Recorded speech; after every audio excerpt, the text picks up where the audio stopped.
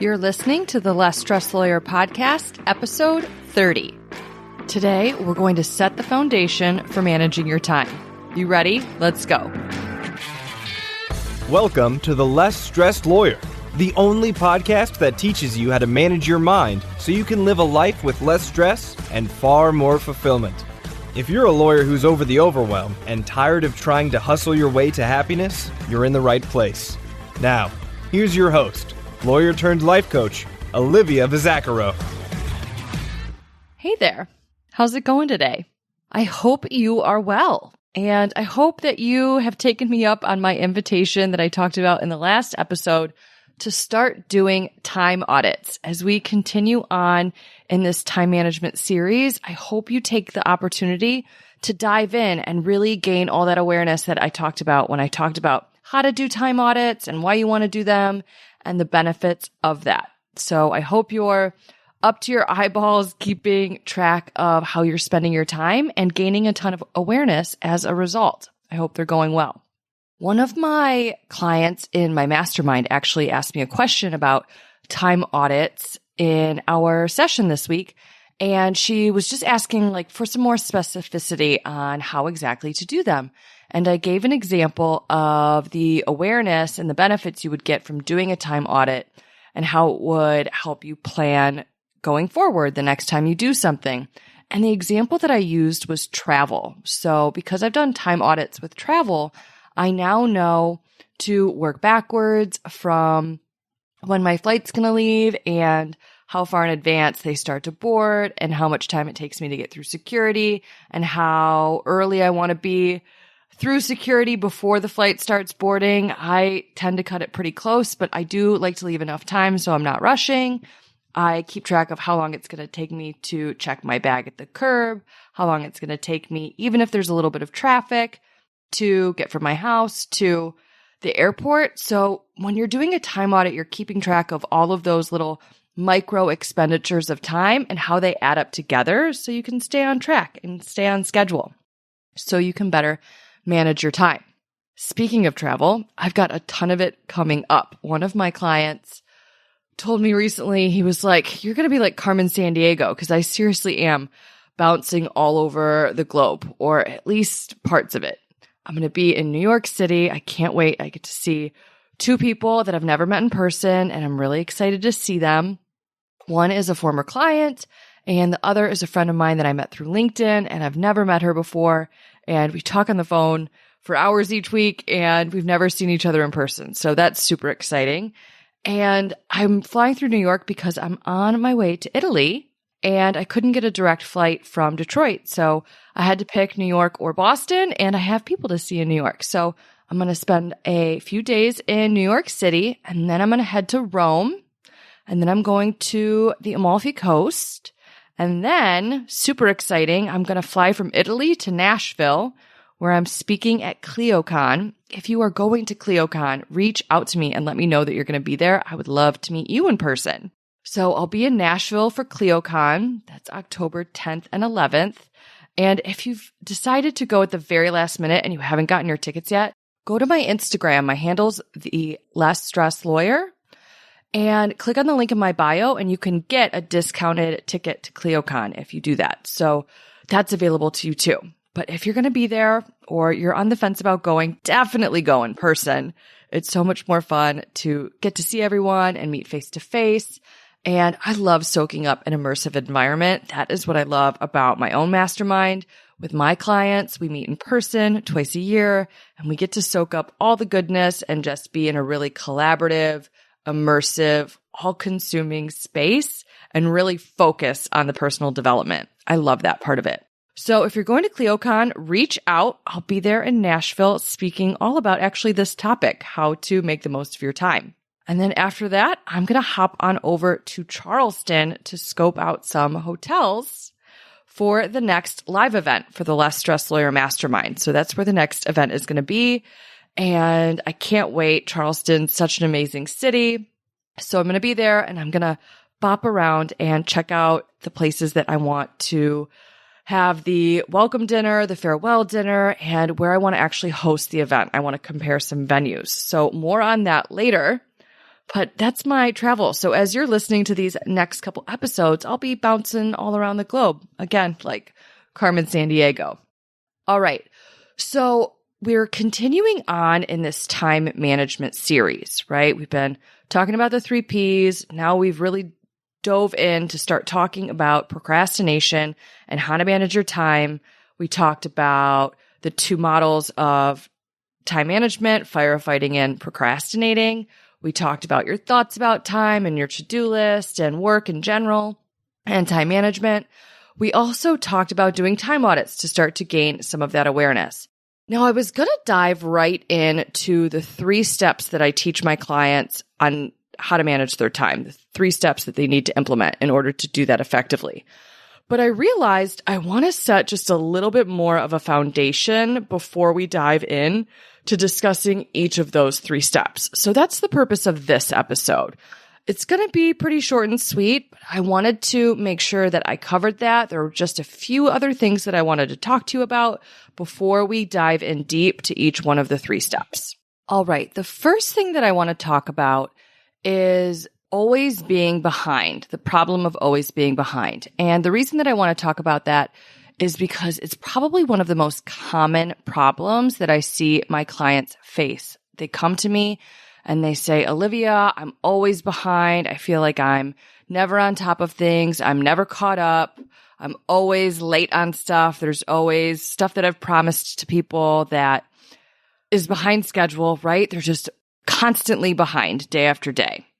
So much so that they find themselves waking up first thing in the morning, and the way that they're talking to themselves, they're telling themselves that they're already behind.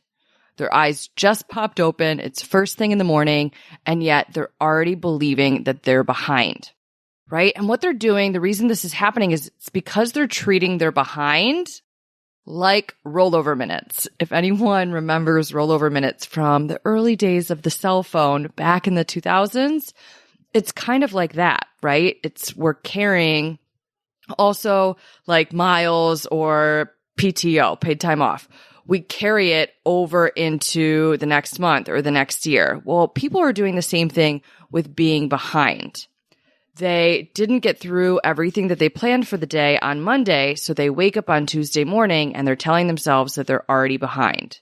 We also start our weeks like this. If we told ourselves we were going to work over the weekend and then you didn't, you procrastinated, you did something else instead, you wake up Monday morning and you already feel like you're behind the 8 ball, right?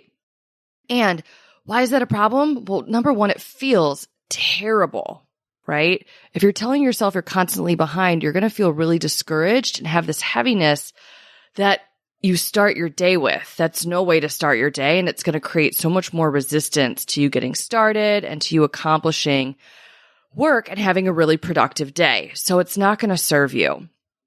It's also not true. And I know if you hear me say that, you're probably going to be like, Olivia, I disagree with you. It is true. It's not. It's just a matter of opinion. And you get to tell yourself, you get to have the opinion that you're behind at the start of every day, or you get to decide that every day is a new day, right? Think about it. Telling yourself you're behind first thing in the morning doesn't make sense. Whatever happened yesterday, happened yesterday.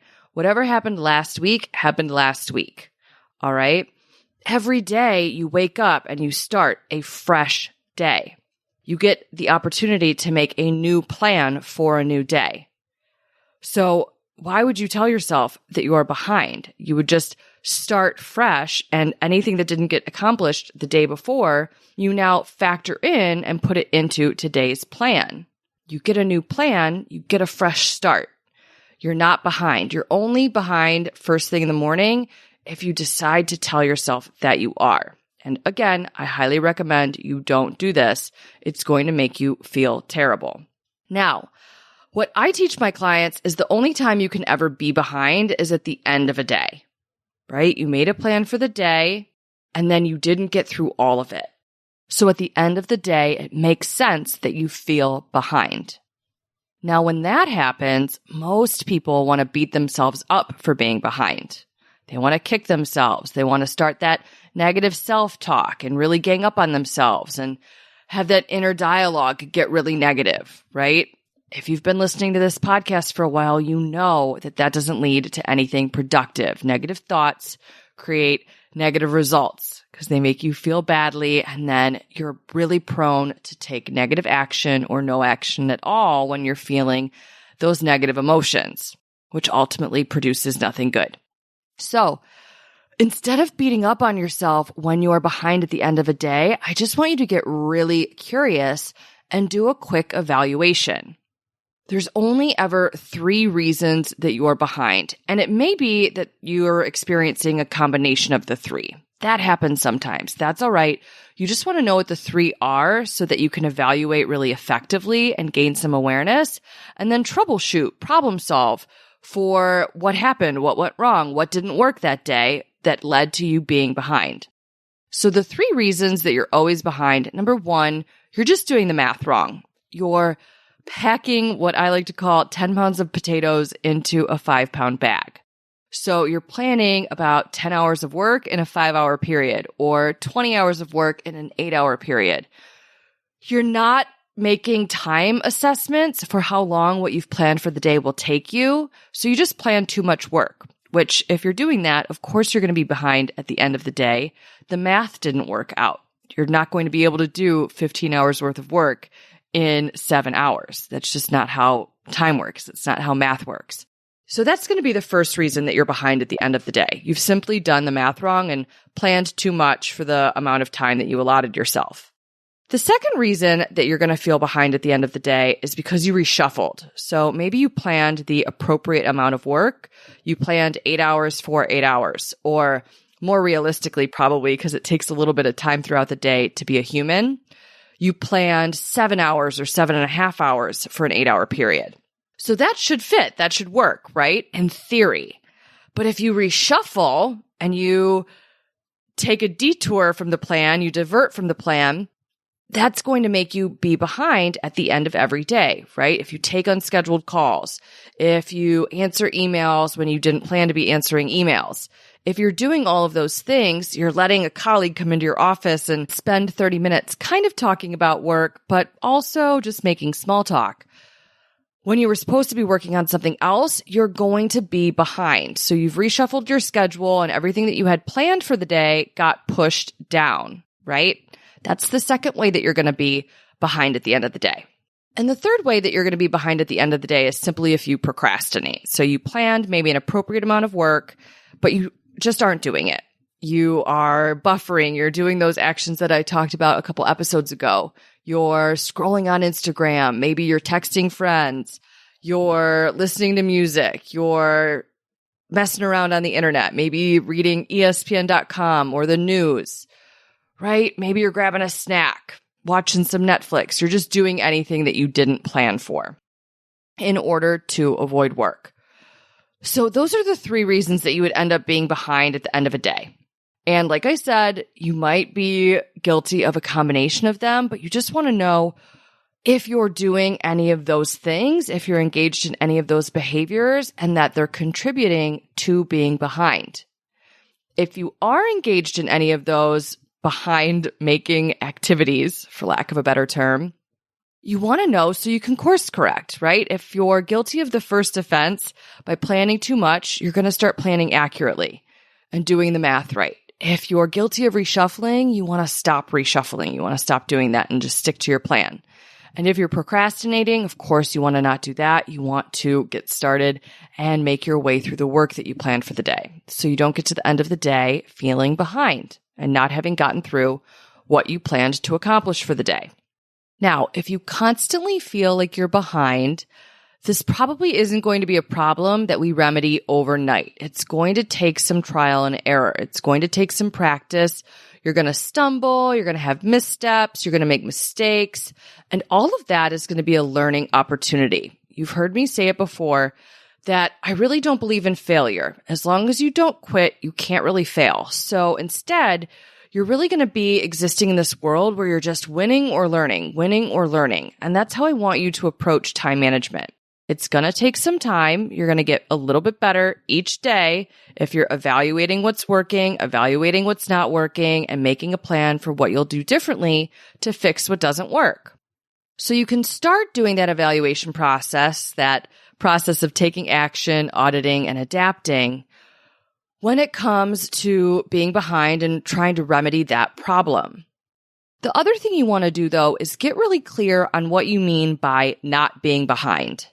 Most people really don't know what they're aiming for. We use terms pretty loosely, like we're behind or we want to be caught up, right? Everyone, or most people, I shouldn't make that big of a generalization, but most people I work with and most people I know are constantly striving to, quote unquote, get caught up. And what do you mean by get caught up, if that's the way that you speak? If that's the thing that you're aiming for, that's the result that you're trying to create in your life when it comes to managing your time. Let's get really clear on that. I used to speak that way too. I was always aiming to be caught up. And I finally forced myself one day to answer the question of what did I mean by that? What would it look like for me to be caught up? And I allowed myself to be really honest with the answer that I came up with.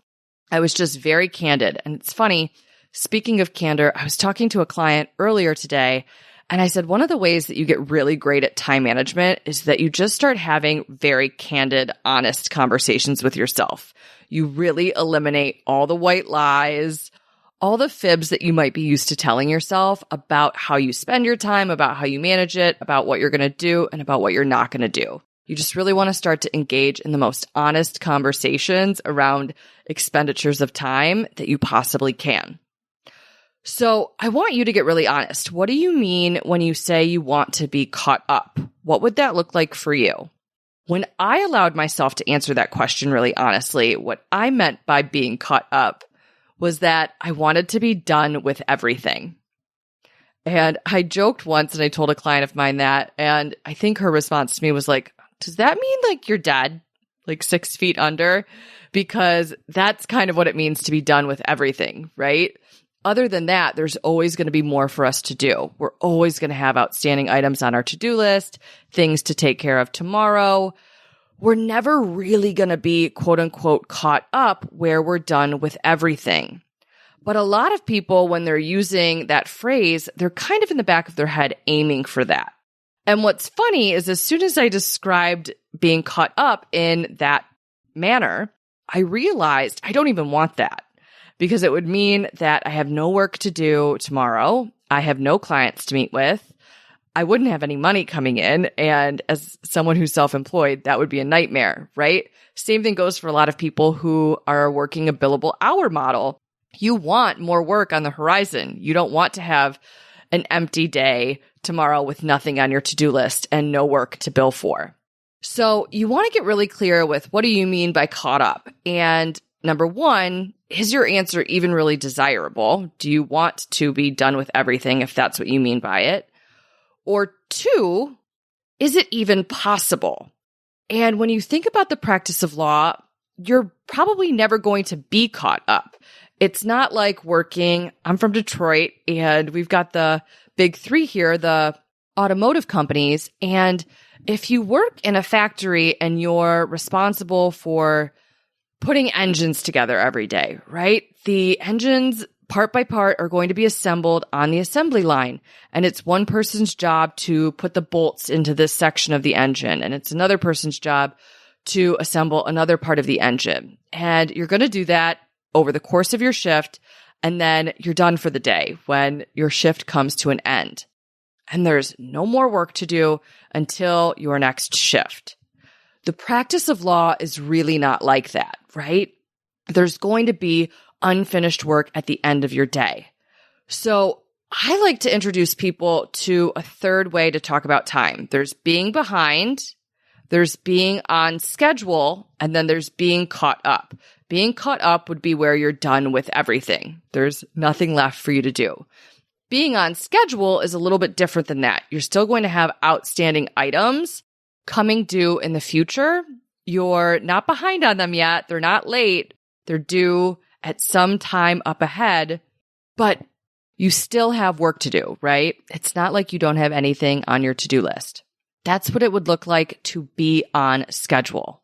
And then, of course, when you're behind, it's going to be either at the end of the day when you committed any of the three mistakes that I mentioned earlier, the causes for being behind, or you're going to be behind on something that you already promised to someone. And if that's the case, I just want to offer you can create a fresh start for yourself on everything that you're behind on. And I highly encourage you to do that so you can get out of this narrative that you're constantly behind. Make a list of everything that you've already promised people and set new internal deadlines for yourself. If you need to communicate external deadlines with clients or supervisors that you work with or other colleagues, whatever the case may be, set new deadlines and make them realistic, push them out far ahead of you so you can work towards them and get out of that state of constantly being behind just because there are deadlines that you previously missed that are carrying with you, that are looming with you, right? So you can get out of behind that way, and then you're just dealing with that end of the day behind from bad planning, reshuffling, or from procrastinating. Now, I want to talk a little bit about what I call the catching up conundrum or the caught up conundrum. And it's this phenomenon that I see people bring with them that they picked up from school, right? Think about high school, college, law school, any of that. You would get essentially like an outline or a syllabus for the semester, and you'd be able to figure out whether you were behind schedule, whether you were caught up, or you could even get ahead of schedule, right? Because you could look ahead, you could read ahead if you wanted to, complete assignments early or ahead of time, but you always knew exactly where you were with respect to the schedule for the class for that semester. And then the semester would culminate in some final project, and then there's a nice, tidy little bow that would be put on that semester. It would conclude, and then you'd get a fresh start shortly thereafter. Now, the kicker here is that school's an artificial environment, right?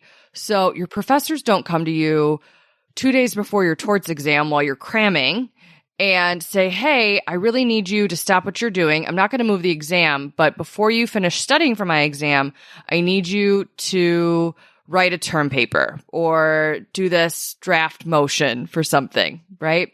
They don't do that. You're in this artificial bubble protected from any of those infringements from the outside world. You have a concrete schedule of what's going to be expected of you, and that's all you have to think about. There are no infringements. Nothing unplanned pops up to interrupt your schedule, to interrupt the plan that you've created for yourself. You're really existing in this finite world of to-do list items. And that is just completely contrary to the practice of law, to what it looks like to have a career and be working within your career. They're just different beasts. With your career, it's not that open, closed, tidy little bow finality and then fresh start scenario that we're used to. Instead, it's the world of spinning plates, right? You have a to-do list from day one of your career, and you keep adding to it, and some things drop off, and then some things add on. And most people like to refer to to-do lists as never ending. I think that has a negative connotation, so I don't love that terminology. Instead, I like to think of your to-do list as ever evolving, because that's exactly what it is. You're going to work through parts of your to-do list each and every day. You're going to scratch some things off as you conclude certain tasks, and you're going to add some more stuff, because as you complete some work, you're going to have new assignments, new cases will come to you, new matters will come to you. You might do a particular task on a matter, and it opens the door for a couple follow-up items that you need to take care of. So that to-do list is going to be ever evolving. And you're never going to reach the end of a day where you're completely done with everything. So if that's what you're aiming for when it comes to being caught up, that sense of completion, if that's what you're chasing in order to get that same sense of relief or satisfaction or accomplishment that you're used to getting from school, I hate to be the one to break this to you, but you're just not going to get that from your career. That's not how the program is set up. You're going to have that to-do list that's constantly evolving, and you're going to constantly have things on it that are coming up that aren't complete yet. So if you're seeking that sense of completion, you're going to be pretty dissatisfied. You're going to be underwhelmed at the end of every day if you're looking for that tidy little bow. Knowing that, you can start to shift your expectations. You can decide that that's not what you're aiming for anymore. Instead, you're just looking to make a plan for the day and get through the plan for the day, not be behind at the end of the day, and have more to do tomorrow, but have that not be a problem. You're not trying to get through everything to get that sense of finality. The faster you make peace with the fact that you're not going to be quote unquote caught up, as in done with everything, and that you're not going to have that sense of completion and that there's always going to be more to do tomorrow, the faster you are going to enjoy your career. You're going to dial down the pressure and the overwhelm significantly because you're not going to be chasing something that really is unattainable, right? You're going to be much more realistic about what you can accomplish, and that's going to allow you to feel more accomplished at the end of each day. Now, once you've made peace with the fact that there's no such thing as really being caught up, as in done with everything in the practice of law, I also want you to start to make peace with time. And that's really the purpose of those time audits, right? Is to get a clear picture of how much you can get done in a given day. If you're constantly behind, you want to evaluate, why are you behind? Are you planning inaccurately? Are you reshuffling? Or are you procrastinating? And then solve for that. What do you need to do differently in order to make sure you remedy each of those missteps, each of those mistakes, each of those time management faux pas? All right. You're going to have to get brutally honest with yourself about how much you can accomplish in a given day. And I will tell you, most of my clients tend to be pretty mad at time. They wish it was a lot different than it was. They wish they could get a lot more done in a given time period than they can actually get done. So they tend to be a little disappointed and a little underwhelmed by what they can get done in a certain number of hours. The faster you accept what you can actually get done in a day, the faster you're going to make managing your time so much easier on yourself. The better you're going to get at managing your time so much faster because you're not lying to yourself about what you can accomplish in a specific time period. You're making peace with time. You're accepting it for what it is, for being how it is. That's what I want you to do. Now, once you've done that, once you've recognized that you might have been trapped in the catch-up conundrum and you get out of it, you define what it means to be caught up, or better yet, on schedule for you, and you stop beating yourself up about constantly being behind, and you start to reframe your thinking around what causes being behind and what it means to be behind and what it looks like to be behind, and you stop doing those rollover minutes when it comes to being behind. What do we do next? Well, that's when we really start going to work and mastering the 3 steps to managing your time. All right? And here's what those 3 steps are. In order to manage your time, you need to control your calendar, or for most people, you need to reclaim control over your calendar. All right? And I'm going to teach you how to do that in the next episode. The second step to managing your time is planning your schedule accurately. And then the third step to managing your time is honoring that plan, that schedule that you set for yourself. And in order to honor the plan, you're going to have to start work on time, work without interruptions, and end on time. I'm going to do a deep dive into each of these 3 steps over the course of the next 3 episodes. I'm going to teach you exactly what you need to do to reclaim control of your calendar. I'm going to teach you exactly what you need to do in order to plan your schedule accurately. And then we're going to really talk at length about what you need to do to honor the plans that you make. All right? If you follow these 3 steps, you will manage your time effectively. All right? It doesn't need to be more complicated than this. I work with a lot of clients who come to me and they're like, hey, I heard I need to separate my to-do list items into urgent tasks versus important tasks, and which ones both. And that I just think is so complicated. Most of my clients think all of their work is both. It's both urgent and important. And I think that just adds one more thing on your to-do list that gets in the way of you doing your work. So we want to eliminate that. And we're just going to create this framework, follow these 3 simple steps to managing your time, reclaiming control of your calendar, planning your schedule accurately, and honoring the plan. We'll dive into each one, like I said, over the course of the next 3 episodes. All right. So stay tuned for those. Make sure you're subscribed to the podcast so you don't miss any of those tips that are coming out over the course of the next 3 episodes. All right. That's what I've got for you this week. I hope you have a beautiful week, my friends. I'll talk to you in the next episode. Thanks for listening to the Less Stressed Lawyer podcast. If you want more info about Olivia Vizacaro or the show's notes and resources from today's episode, visit thelessstressedlawyer.com.